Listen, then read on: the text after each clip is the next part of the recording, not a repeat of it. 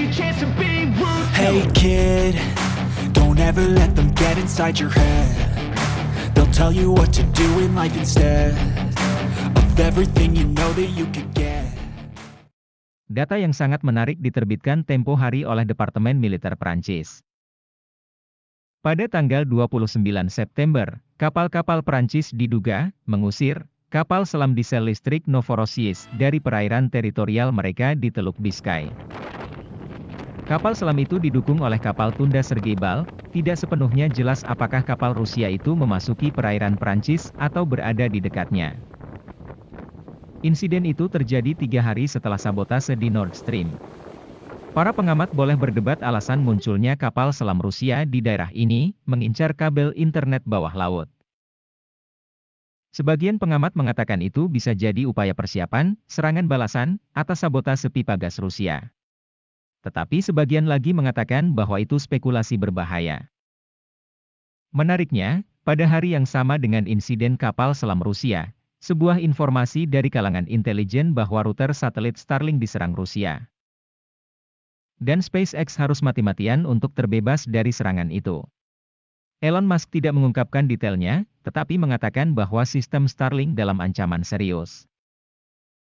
Di dunia intelijen memang sedang sibuk mengamati gempuran perang kawat Rusia melawan negara-negara yang berseberangan, menyerang jalur komunikasi secara diam-diam. Tapi benarkah demikian? Di satu sisi, dalam situasi politik saat ini, serangan semacam itu di pihak Rusia dimungkinkan. Ada juga kemungkinan teknis bagi Rusia untuk membidik sasaran luar angkasa. Belum lama ini, tepatnya pada 15 November tahun lalu, Angkatan Udara Rusia berhasil menguji coba rudal anti-satelit, menghancurkan perangkat Selinade Soviet yang tidak berfungsi pada ketinggian 550 km. Tabrakan satelit Rusia Cosmos 2251 dan Iridium Amerika pada tahun 2009 juga dianggap oleh beberapa orang bukan kecelakaan, tetapi seperti kesengajaan. Akhirnya, pada 4 Oktober, Kemenhan Rusia secara resmi mengumumkan beberapa eksperimen yang dilakukan di orbit dengan pesawat ruang angkasa dari negara ketiga, tanpa rincian. Paling tidak, dapat diasumsikan bahwa kemungkinan penggeseran paksa satelit asing, by the handle, ke orbit lain sedang dikerjakan. Pada bulan Januari tahun ini, satelit Cina SJ-21 menunjukkan kemungkinan manipulasi semacam itu.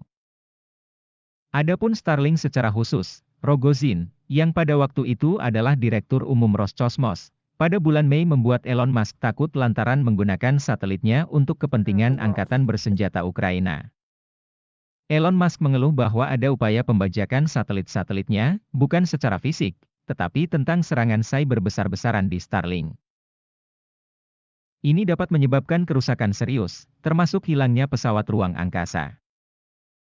Dan pada saat yang sama orang memperhatikan kata-kata Elon Musk tentang biaya pertahanan, tidak dalam arti ada drone menjaga SpaceX di orbit, tetapi bagaimana router Starlink mulai dilengkapi dengan senjata pertahanan diri. Jika di front ruang angkasa dapat dikatakan bagus, maka kemampuan Angkatan Laut Rusia untuk melakukan serangan pada objek laut dalam tidak jelas, biasa-biasa saja dan tidak hebat. Orang mengeluhkan armada Rusia karena keterbelakangan teknisnya, terutama di bidang senjata bawah air dan kapal penyapu ranjau.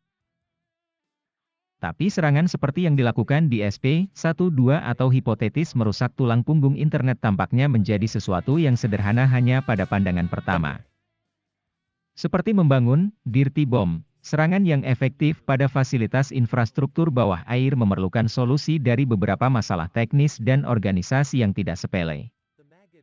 Paling tidak, perlu untuk membuat amunisi yang dapat dijatuhkan dengan cukup akurat pada kedalaman beberapa ratus ribu meter di bawah laut, terbebas dari tekanan dan arus. Ya, pada kenyataannya, menemukan kabel antar benua yang sama, bukan pada skema yang agak konvensional dari akses terbuka, tetapi pada dasar laut yang gelap dan kotor, bukanlah tugas yang mudah. Orang meragukan kapal selam Rusia siap untuk operasi semacam itu, namun lebih cocok untuk kompetensi beberapa pasukan kapal selam khusus.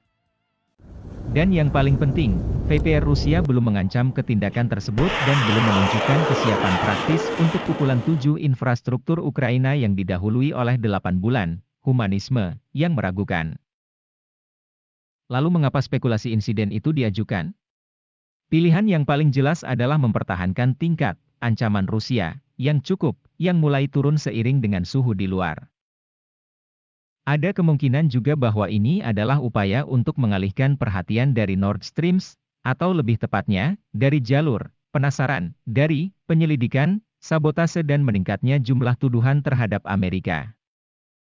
Akhirnya, ada kemungkinan bahwa ini adalah persiapan informasi untuk serangan baru di masa depan terhadap infrastruktur Eropa, yang tujuannya bisa berupa kabel bawah laut. Yang akan menyebabkan konsekuensi yang jauh lebih besar daripada hanya ketidakmampuan untuk mengakses jejaring sosial. Yang benar-benar dikhawatirkan Amerika adalah stabilitas sistem telekomunikasi angkatan bersenjata Ukraina dan rezim Kiev secara keseluruhan. Militer Ukraina menunjukkan penggunaan yang cukup terampil dari keunggulan sistem komando dan kontrol otomatis, pusat jaringan, modern, yang memberikan kontribusi besar bagi keberhasilan pasukan Ukraina pada bulan September. Masalah utama dari sistem Ukraina ini, Krapiva, saat ini, yang sebelumnya digunakan oleh GS Arta, adalah bahwa jaringan menggunakan saluran jaringan sipil yang ada untuk transmisi data. Ini secara harfiah, kekuatan berubah menjadi kelemahan, setelah dimulainya serangan infrastruktur Rusia. Kegagalan jaringan komunikasi, bahkan sebagai akibat dari pemadaman listrik, akan membuat pengendalian komando pasukan bermasalah. Selain itu, dan ini mungkin bahkan lebih penting, Ukraina, yang kehilangan akses ke internet, akan berhenti menghasilkan konten, baik yang berguna maupun yang tidak berguna. Bersama dengan langkah-langkah penghematan energi yang akan datang, dan kemungkinan runtuhnya sistem energi Eropa, ini akan secara serius mengurangi kemampuan administrasi Barat. Oleh karena itu, Inggris mengambil tindakan serius untuk memastikan bahwa sekutu memiliki koneksi yang tidak dapat diputus. Sangat diharapkan bahwa langkah Elon Musk yang sama untuk memutuskan angkatan bersenjata Ukraina dari Starlink berakhir dengan nihil. Pengusaha itu secara populer menjelaskan bahwa perjuangan untuk demokrasi membutuhkan pengorbanan, termasuk darinya juga. Sementara ia mungkin mencoba untuk mendorong garis melalui sabotase rahasia komunikasi, kemungkinan bahwa jaringan SpaceX berada di bawah pengawasan ketat pemerintah. Sementara ia mungkin mencoba untuk mendorong garis melalui sabotase rahasia komunikasi, kemungkinan bahwa jaringan SpaceX berada di bawah pengawasan ketat pemerintah. Sementara itu, di wilayah yang dikuasai Ukraina, mereka bekerja membongkar jaringan seluler.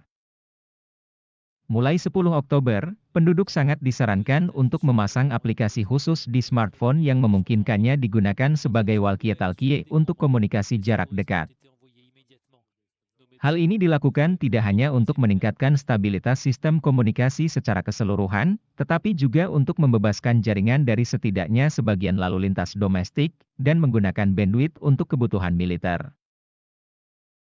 Selain itu, beberapa perusahaan IT Barat yang besar menerima pesanan untuk pengenalan cepat kompleks pemrosesan informasi otomatis ke dalam struktur komando Angkatan Bersenjata Ukraina.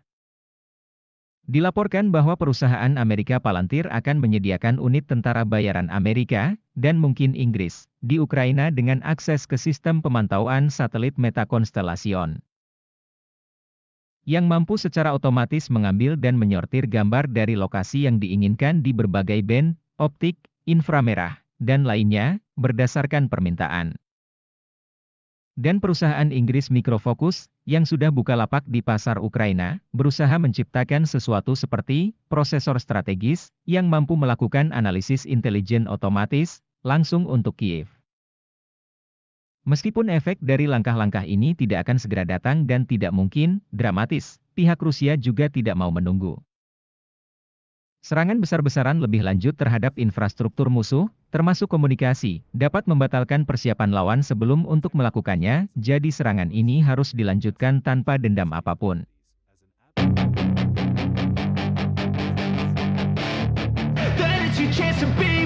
Hey kid, don't ever let them get inside your head.